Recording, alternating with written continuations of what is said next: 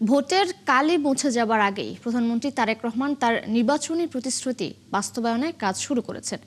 একথা বলেছেন সংসদ সদস্য জয়নুল আবদিন ফারুক। তিনি বলেন, এরই মধ্যে ফ্যামিলি কার্ড চালু, খাল খনন কর্মসূচির সূচনা এবং আগামী মাসে কৃষি কার্ড চালুর পরিকল্পনা রয়েছে।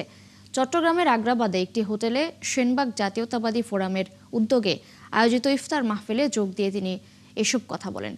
তিনি আরও বলেছেন, তারেক রহমান যে নির্দেশনা দেবেন তা জনগণের কল্যাণে অক্ষরে অক্ষরে বাস্তবায়ন করা হবে।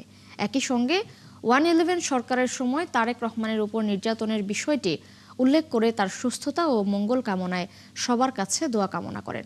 অনুষ্ঠানে চট্টগ্রাম ৮ আসনের সংসদ সদস্য ও নগর বিএনপির আহ্বায়ক এরশাদুল্লাহ উপস্থিত ছিলেন।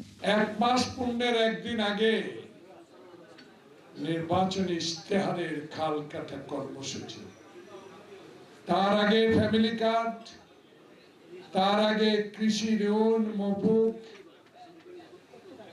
তার আগে সকল প্রতিশ্রুতি রক্ষার জন্য আগামী 1 বৈশাখ কৃষি কার্ড।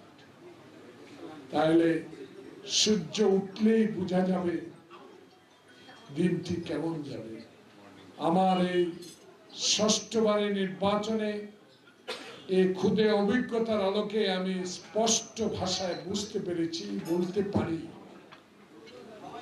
বাংলাদেশের ইতিহাস সৃষ্টি হবে।